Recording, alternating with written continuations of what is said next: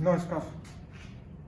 अपने पिछले वीडियो के अंदर ऑर्डर ऑफ एलिमेंट्स पर बेस कुछ थ्योरम्स कर रहे थे। आज अपन कुछ प्रॉब्लम्स इसके ऊपर या कुछ एग्जाम्पल इसके ऊपर देखेंगे। सर्टेन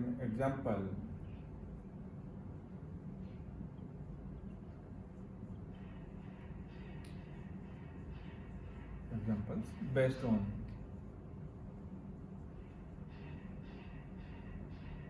order of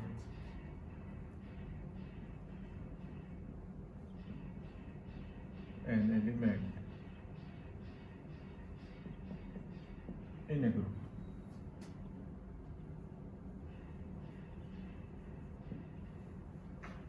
चलिए एग्जाम्पल करते हैं। Problem number 1,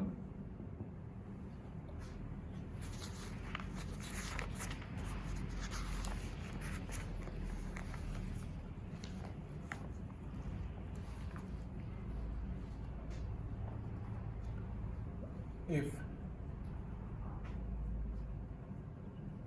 every element in a group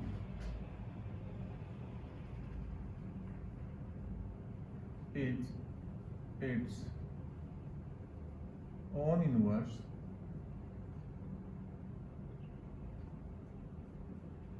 then group is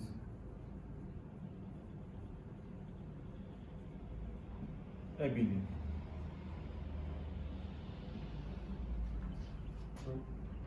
देखिए क्या दिया हुआ है,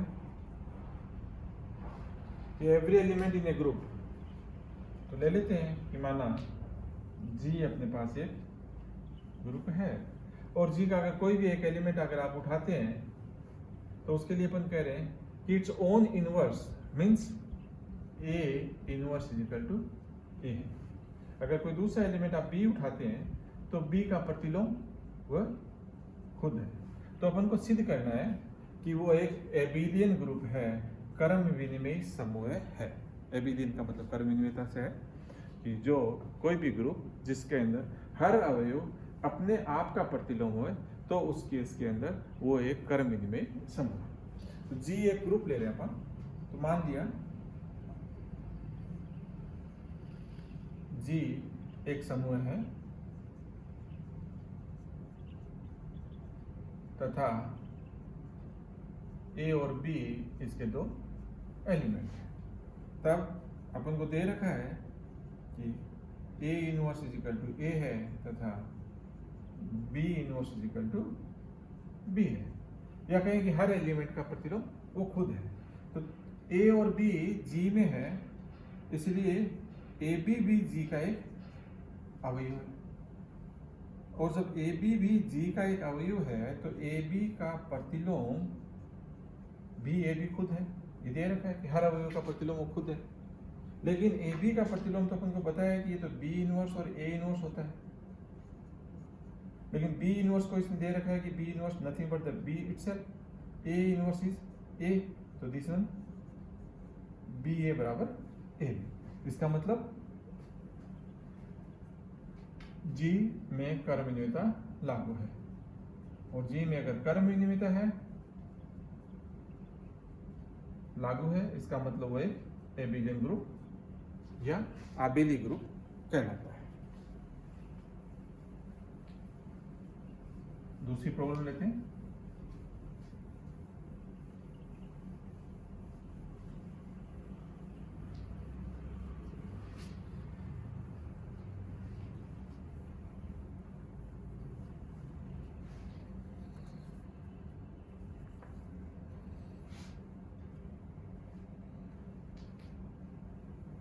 एक ग्रुप है जी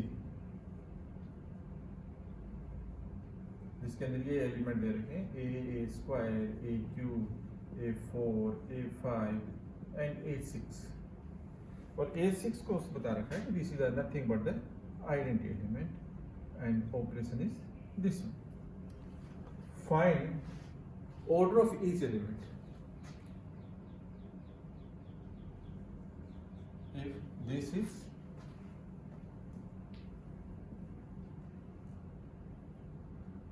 इज ए ग्रुप, एक समूह है। तो हमें निकालना है find order of each element of G के हर अवयव की कोटि निकालनी है अपन। तो देखिए अपन को दे रखा है कि ए की पावर, ये सब अलग अलग अवयव है, भिन्न भिन्न अवयव है। तो ए की पावर 6 बनने से ई आया है, इसका मतलब ऑर्डर ऑफ ए आपका 6 है। ए स्क्वायर दूसरा एलिमेंट लेते हैं हम। ए स्क्वायर पर ए स्क्वायर ऑपरेट करूं मैं तो मेरे पास आ जाएगा A4। लेकिन A4 एक एलिमेंट है, आइडेंटिटी के बराबर नहीं है। और ए स्क्वायर को मैं 3 बार ऑपरेट करता हूं तो मेरे पास आ जाता है A की power 6 and this is nothing but the E। इसका मतलब order of A square is 3। इसी प्रकार यदि मैं ए क्यूब ले तो ए क्यूब के ऊपर ए क्यूब का ऑपरेट करता हूं तो मेरे पास आ जाता है ए की पावर 6 और दिस इज ई। ए की पावर 6 ई दे रखा है अपन को, तो इसलिए order of A cube is 2। Order of A cube is 2। A cube के ऊपर ए क्यूब को 2 बार ऑपरेट करने से ये आता है। ए की पावर 4 के लिए अपन ए की पावर 4 को ए की पावर 4 के ऊपर ऑपरेट करते हैं अपन, तो हमारे पास आएगा ए की पावर 8। ए की power 8 is nothing but A की पावर 6 एंड ए की पावर 2। इसका मतलब E A square and this is A square. ये आपका ए की पावर 8 बना, तो इसको आप ऐसे लिख सकते हैं। तो ए की पावर 4 को ऑपरेट करते हैं। अब एक बार और ऑपरेट करके देखते हैं अपन। ए की पावर 4 3 बार लिख लिया, तो अपने पास इसका रिजल्ट पहले ए स्क्वायर था और अब ए की power 4, this is nothing but A की power 6 and this is E. तो ए की पावर 4 की कोटि भी ऑर्डर ऑफ ए की पावर 4 इज आल्सो 3। ए की पावर 5 की कोटि, ए की पावर 5 के ऊपर ए की पावर 5 को मैं ऑपरेट करके देखता हूं तो बनता है ए की पावर 10, और ए की power 10 is nothing but A की पावर 6 एंड ए की power 4। This is E and A की पावर 4 मीन्स ए की पावर 4। ए की पावर 5 को ए की पावर 5 पर ऑपरेट करते हैं तो ए की पावर 4 आ गई है। इसको अगर अपन 3 बार लिखें तो मेरे पास आ जाएगा ए की पावर 4 एंड ए की पावर 5 मीन्स ए की पावर 9, और इसको लिख सकते हैं ए की पावर 6 एंड ए की पावर 3। दिस इज ए की पावर 3। आइडेंटिटी नहीं आया अभी। ए की पावर 5 को अगर मैं 4 बार लिखता हूं, एक बार और ए की पावर 5 इधर ऑपरेट कर दिया, वहां भी आएगा। ए की पावर 3 पर आपने ए की पावर 5 ऑपरेट कर दिया, ए की पावर 8। इसको अपन लिख सकते हैं ए की पावर 6 और ए की power 2 and this is identity element, so this is A square. अभी भी आइडेंटिटी नहीं आया है। फिर ए की पावर 5 एक बार और लिखते हैं, या कहें कि ए की पावर 5 एक और ऑपरेट कर देते हैं यहाँ पर, तो अपने पास आ जाएगा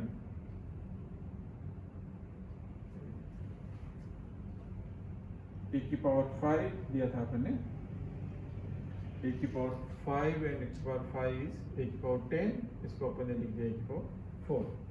अब लिख दिया अपन ने ए की पावर 4 के ऊपर ए की पावर 5 ऑपरेट किया तो ए की पावर 9 हो गया। इधर 3 बार ए की पावर 5 आ गया, तो इससे अपने पास हो गया ए की power 6 and A cube. A की power 6 is identity element, so this will get A cube and then A5, और अब आ जाएगा ए की पावर 5 एंड ए की पावर 2।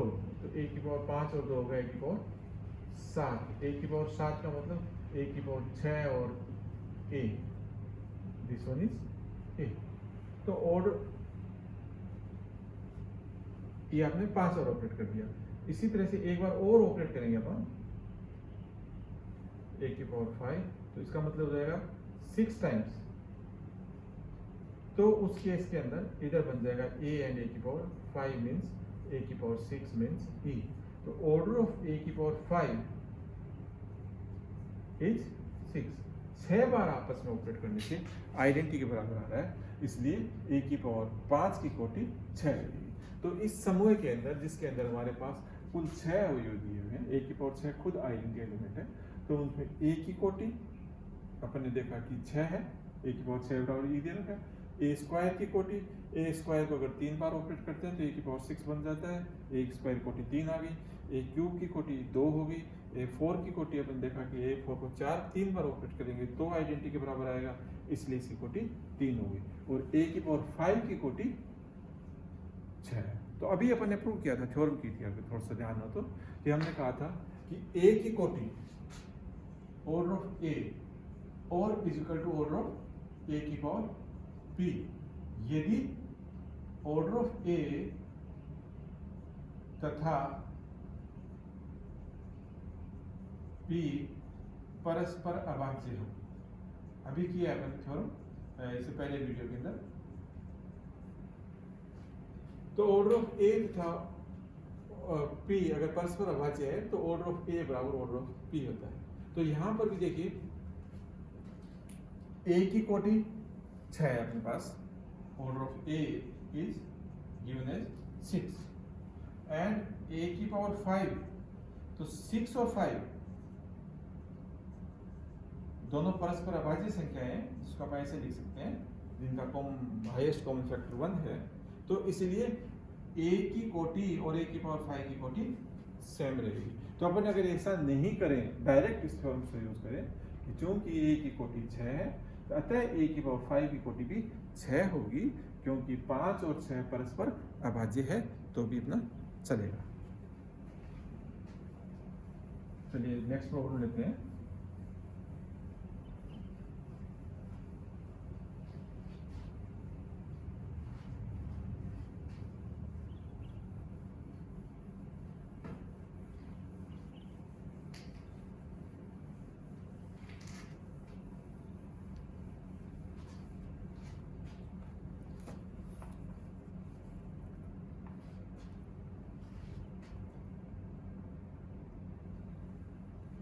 If G, बहुत ही अच्छे प्रॉब्लम है, if G is a group of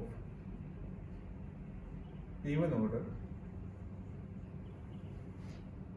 then so that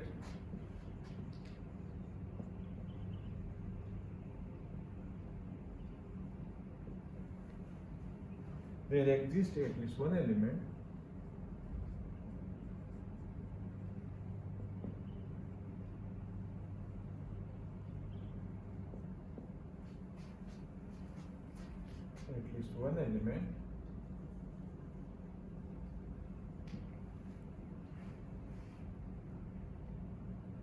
not equal to E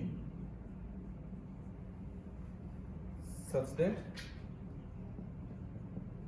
A inverse बराबर A कि G एक समूह है। देखिए क्या दिया हुआ है आपके पास, G एक समूह दिया हुआ है, ऑर्डर ऑफ G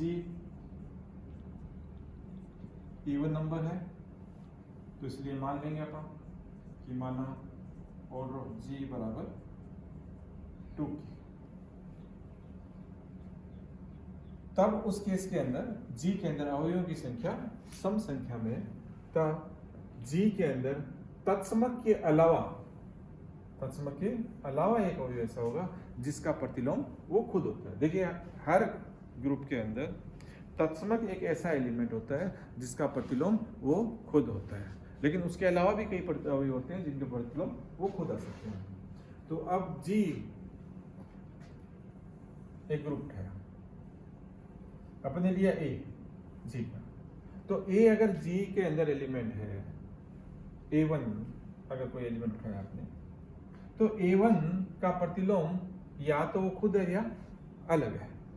तो यदि A1 का प्रतिलोम अलग है तो अपन मानेंगे A1 का प्रतिलोम B1 है, तो और B1 का प्रतिलोम A1 आएगा।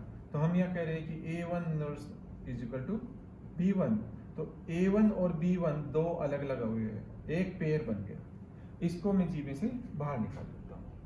अब मैं देखता हूँ कि और कौन सा अवयव बचा है, कि मान लीजिए कोई अवयव बचा है A2, तो या तो A2 का प्रतिलोम A2 खुद है या फिर कोई दूसरा अवयव है, तो मैं कहता हूँ कि A2 का प्रतिलोम मेरे पास यहाँ पर इस G के अंदर कोई दूसरा अवयव B2 बैठा है।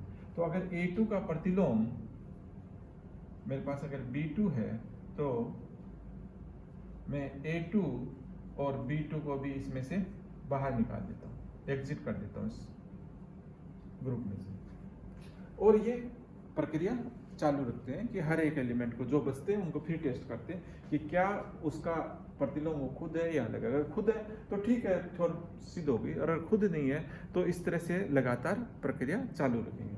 तो लगातार प्रक्रिया चालू रखेंगे तो चूंकि जी के अंदर अवयवों की संख्या सम है और हर बार दो दो नंबर अपन बाहर निकालते जा रहे हैं, इसका मतलब लास्ट में हमारे पास दो नंबर बचेंगे, दो एलिमेंट बचेंगे, जिनमें से एक तो आइडेंटिटी एलिमेंट होगा और एक कोई एक्स एलिमेंट होगा।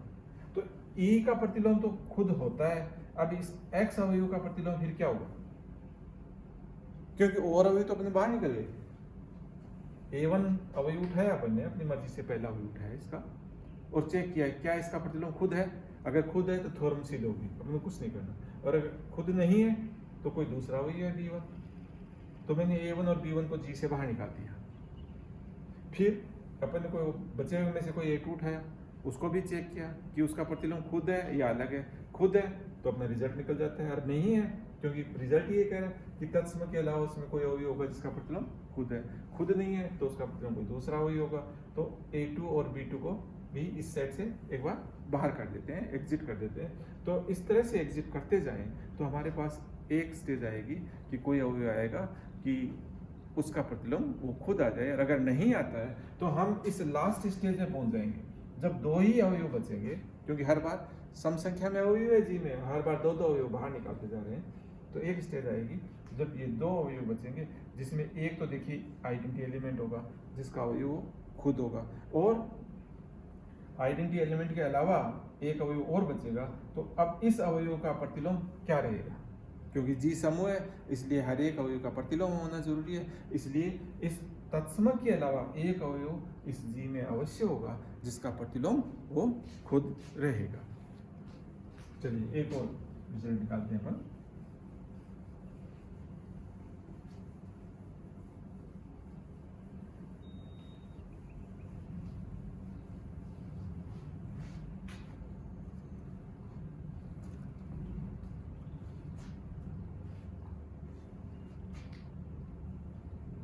लिखा है यहाँ पर, सिद्ध कीजिए कि एक परिमित ग्रुप की संक्रिया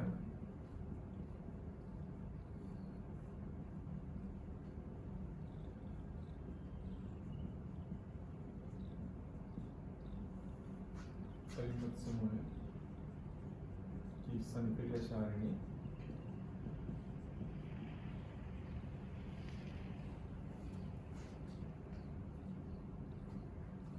की प्रत्येक पंक्ति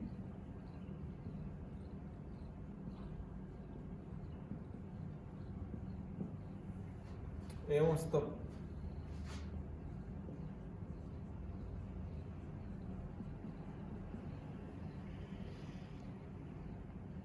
ग्रुप का प्रत्येक अवयव के एक और केवल एक बार आता है।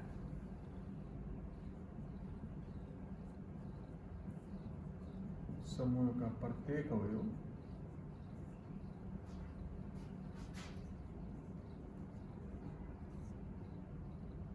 एक और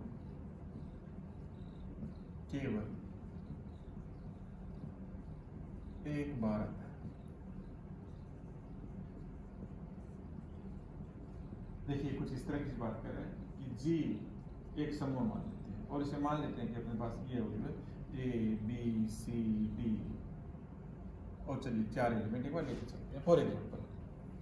तो इसकी संक्रिया सारणी अगर अपन बनाएं तो संक्रिया सारणी अपने पास बनेगी A B C D, यहाँ पर भी अपन लिखते हैं A B C और D। यहाँ लिखेंगे अपन A B A C A D, यहाँ होता है अपने पास B A B B B C B D। यहाँ C A, C B, C C and C D, this is D A, D B, D C और D, ये अपनी संक्रिया सारणी है। तो प्रमेय ये कह रही है कि चाहे आप कोई सी भी रो ले लीजिए या कोई सा भी स्तंभ ले लीजिए, उस स्तंभ के अंदर जी के जितने अवयव हैं वो आएंगे केवल और केवल एक बार आएंगे। तो अगर जी के अंदर अपने 4 अवयव लिए तो हम कोई भी पंक्ति लेंगे तो अपन देख रहे हैं के अंदर 4 अवयव है। अगर जी के अंदर 5 अवयव होंगे तो यहाँ पर 5 अवयव, हर पंक्ति में 5 अवयव होंगे और हर स्तंभ में भी 5-5 अवयव बन जाएंगे। अब ये कह रहा है कि ये जितने भी अवयव हैं, अब चूंकि जी समूह है, इसका मतलब इनको आपस में ऑपरेट करते हैं तो ये सारे के सारे इन्हीं ए बी सी डी में से आते हैं। अब थ्योरम ये कह रही है कि कोई भी पंक्ति अगर आप कंसीडर करें, जैसे ये पंक्ति आपने कंसीडर की, तो इस पंक्ति के अंदर कोई भी अवयव रिपीट नहीं होगा।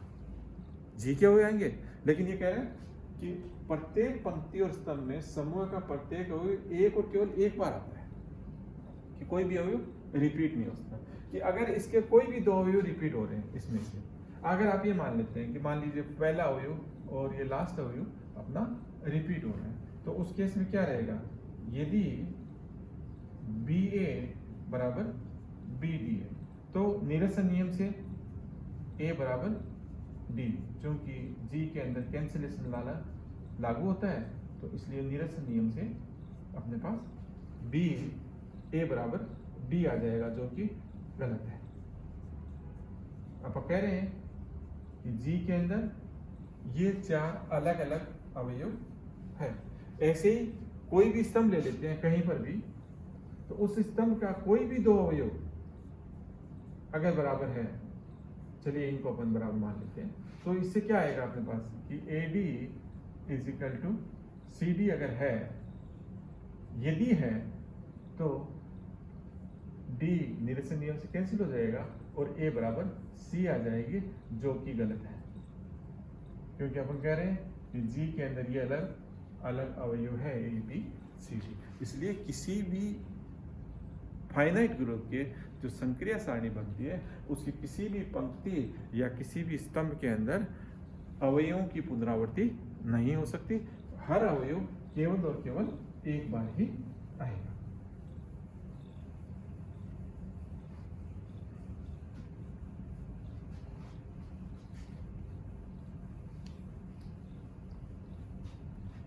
धन्यवाद।